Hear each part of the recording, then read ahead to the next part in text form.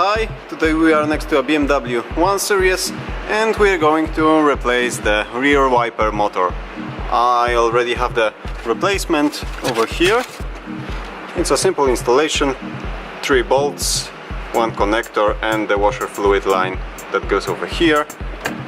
And once you have all the trims removed, it's a simple access. So we are doing the replacement, and then I will show you on the broken one, on the old one, what's going on with it, why I have to replace it, and why the design over here failed. Let me show you what's going on with the old one. So I'm going to use my rear window washer and watch closely.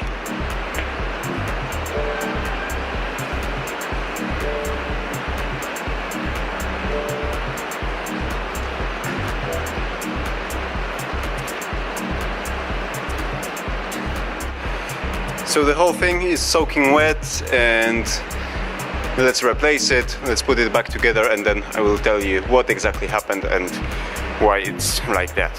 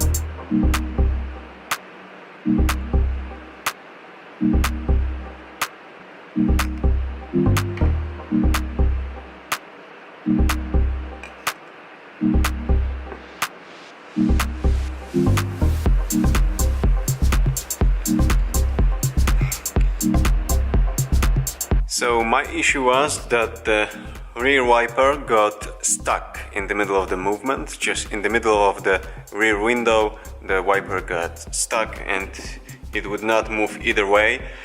So I removed this from my car, open it just like right now, and